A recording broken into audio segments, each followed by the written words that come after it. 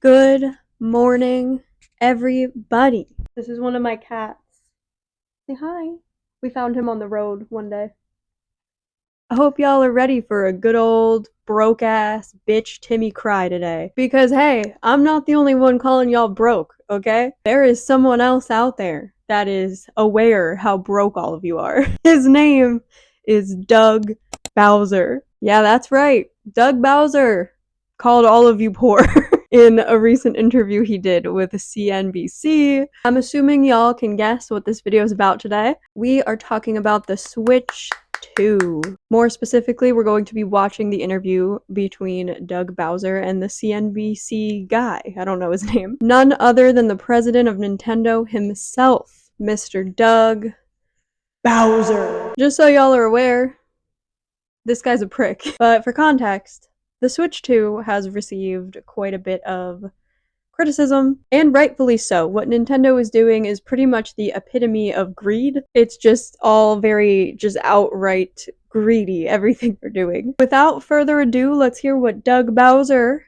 Mr. President Doug Bowser, has to say.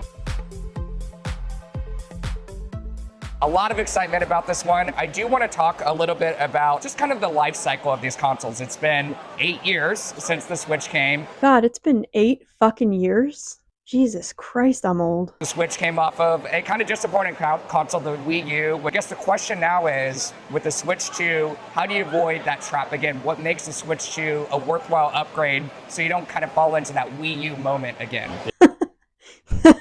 I'm sorry. That Wii U moment is like a wild thing for an interviewer to say to the president of Nintendo. You just know this guy who's interviewing him bought a Wii U back in the day and was just so pissed off that it sucked. Bro's been waiting for this moment like his whole life, ready to confront the president of Nintendo about how much his Wii U sucked. So how are you going to ensure that this console doesn't suck shit like the Wii U? And with Switch 2, we've taken the things that you know and love about Nintendo Switch, but then added very powerful gameplay features and social features. So it's that understanding of your past and your legacy and what worked well, and then how can you supplement that with improved features. It's giving when Apple drops a new iPhone and it's like $2,000 more, and basically the only new feature on it is that it has a better camera. And we are very excited about our new iPhone Z4X20. Yes, thank you.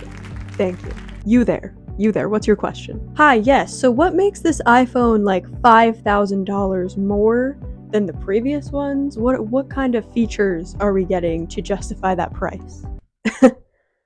Thought that was pretty obvious. It has a new camera. No, but for real, I'm interested to see what Doug Bowser has to say about the new features of the Switch 2, because, you know, it is more expensive than the Switch 1, so maybe there's features on it that, you know, make it worth it. Let's find out. Can you just talk a little bit about the improvements we're going to see for these gameplay on a technical level? Yeah, so there's a few features that I'll call out. First of all, the new and improved Joy-Con, really redesigned from the ground up. We've increased the size of the shoulder buttons. We've improved the overall feedback and rumble that you feel when you're playing the game. New Joy-Cons. Okay. So what, the buttons are a little larger? Like, better rumble? Come on, Doug.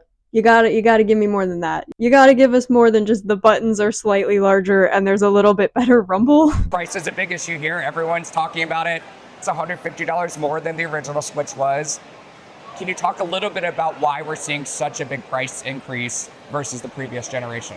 So I think it boils down to a couple of things. First of all, the hardware unit itself, which has a lot of improved features from some of the things I talked about earlier with the Joy-Con 2.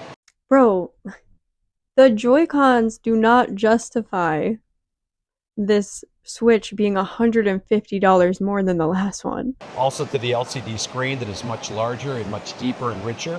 And then there's the CPU and GPU processing power that allows for much deeper game development. And I think an ability to bring even more developers onto the platform. And then laid on top of that is the social features that we haven't talked about. But Game Chat is this unique feature that lays on top of any game that you play. With the push of one button, seamlessly you can connect with your friends You can chat with them via audio, or with 4 of them, you can have them on a video camera and have this opportunity to interact and talk about the games you're playing. Okay. Let me get this straight, okay? So because the Joy-Cons are slightly different, they're claiming the Joy-Cons are better, and the screen is slightly larger, and you can essentially do Discord-esque chats with up to 4 friends. It's $150 more? No, those are not good enough reasons for such a high price. What the fuck? I know he's talking about game developers and better quality games, yada yada yada. But I mean, the examples being shown don't scream innovative to me. It doesn't scream that this should be the same price as a PS5 or an Xbox, like the new Xbox. That's crazy. Now we're sitting here on April 2nd. It just so happens, as we're recording this, the President of the United States right now is announcing his tariffs. You and so many other executives are pulling their hair out, trying to figure out, how do I price my products? How did that come into play as you're deciding how to price the Switch 2 here in the United States? Yeah. As we price the Switch 2, the price we announced today of $449 for the single SKU, we didn't consider tariffs into that equation. We felt that that was going to be the right price point for our consumers. Okay, so the $450 that the console itself costs, that is not them factoring the tariffs into the price. Initially, I assumed that's why they raised the price, because of the whole tariff situation. I was like, well, who can really blame them for raising the price with the tariff situation? That makes sense to me. But Doug Bowser just sat here and said, that's not the reason. So if tariffs hit, this will be even more expensive than $450, which is honestly criminal for a Nintendo console. I'm sorry. Look, this is coming from a huge Nintendo fan. I have played all their consoles. I am a big fan. But holy fuck, that is criminal to charge this much for a Nintendo console. Let's be real. Let's be real here, Doug. Come on, Doug. Let's be real here. Let's talk about the games. Yep. Behind us, we have the new Mario Kart World game going on. Now, I know you're bundling that with the console as a digital download, that it's a $50 add-on, but if you buy the game itself, this got a lot of attention. I don't know if you've seen, $80, that's a lot for a game. I know it's typically not what Nintendo charges. $80 fucking dollars for Mario Kart. I don't think, and again, I'm an avid Nintendo fan. I've been playing Nintendo my entire life. I love every console with the exception of the Wii U and the 3DS. I wasn't a fan of that either, but I've played every console. I've been a fan my entire life. I still collect like old Nintendo games and consoles and shit. Like I'm still a big fan. I still play all the old games. I still play the new ones on the Switch. I'm a huge fan. But I'm not gonna lie to you guys. I didn't buy a lot of games for my Switch because they're $60 each, and I don't know. There was a lot of games I felt like it wasn't worth it. The $60 price point was already too much for me, to be honest. I've been steering clear of quite a few games that I would have liked to play, but I just don't feel like $60 for most of them is like justifiable. Now, Animal Crossing, I will say, I got thousands of hours of playtime out of that game, so $60, I was okay with spending that.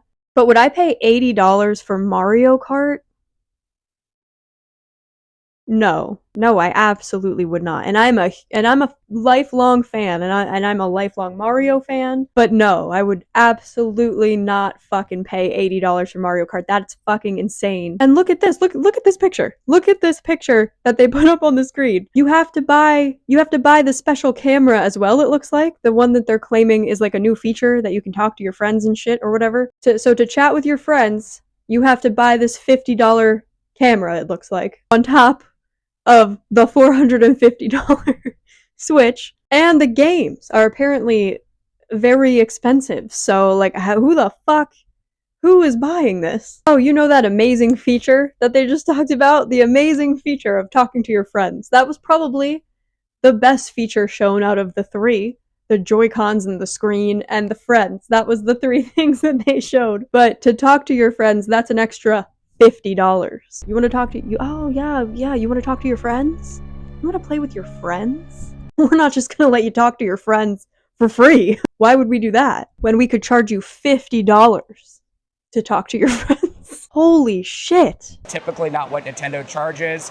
And then we look at the Donkey Kong game that's coming out about a month later. It's $70. What should we be expecting in the Switch 2 generation as far as how much we're going to be spending on these games? Yeah, I would say that we're not really looking to establish a benchmark for pricing. We look at every game and every experience. You've had a chance to play Mario Kart World and see how deeply immersive it is and how fun it is. So we believe, based on the depth and breadth of the play and the repeatability of the play over time, the pricing that we announced is the right pricing.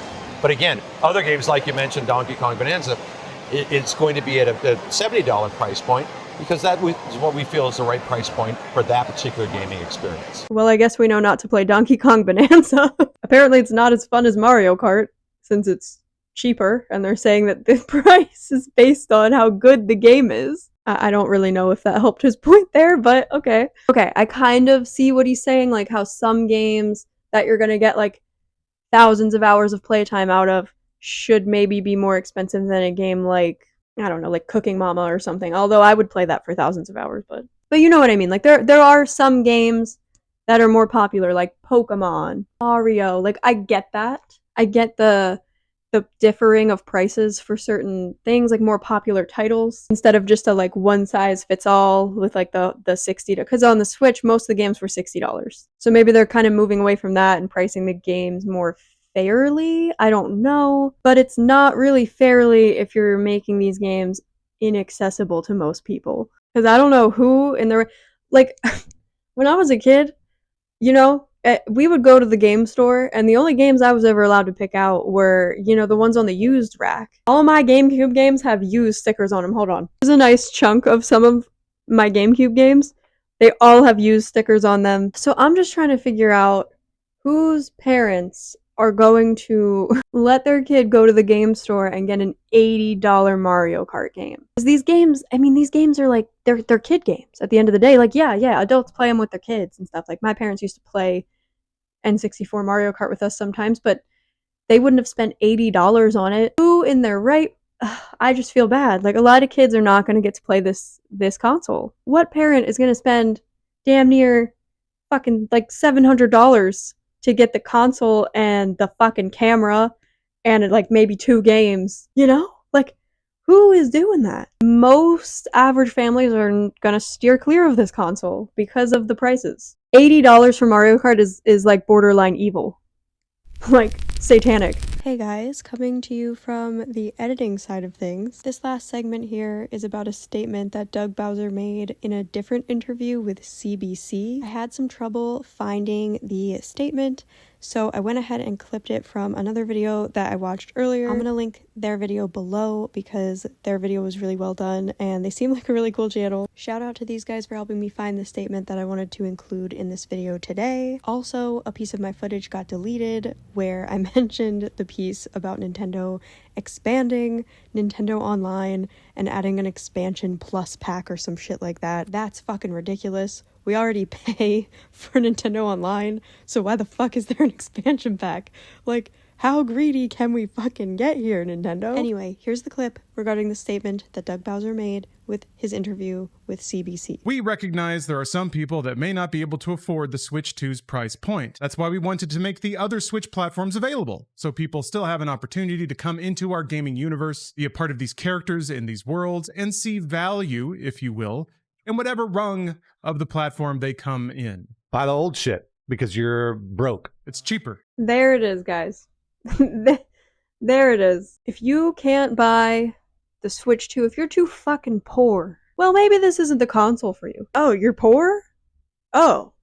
Yeah, no, this is not this is not Nintendo is not the place for you. You just stay over there with your Switch 1s, you peasants. So, yeah, Doug, tell me a little bit about the price. Do you think it's too expensive for your consumers, for your lifelong fans, for kids even, to access these games and this console? Is this too much? What do you suggest your consumers do if they, think your console's too expensive?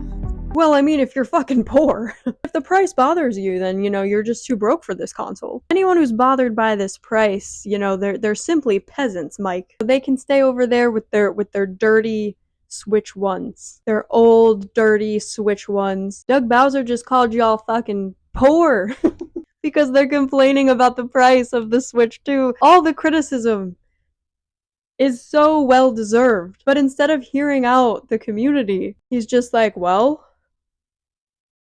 get a second job. You want a Switch 2? You want to get a Switch 2 for little Timmy's birthday party? Little Timmy asked for a Switch 2 for Christmas from Santa. You better get a fucking second job. You better job up. You better stack those jobs. Yeah, I mean, I don't know. Maybe it's bad timing for them to try and do some shit like this because our economy is so shit. I am appalled at how greedy this man is. Because the greed is just, it's bad. Like, this is pretty bad. And I think it's a big slap in the face to a lot of their most loyal fans. I think it would be okay for them to make a console like this if it was actually justified. Like, to me, from what he's described, it's not screaming like that it's worth that insane price. Maybe I'm missing something, like, I don't know, but I don't think it should be up there with the PS5. I don't know what else to say. I feel like I need an aspirin after this. Doug Bowser, everybody.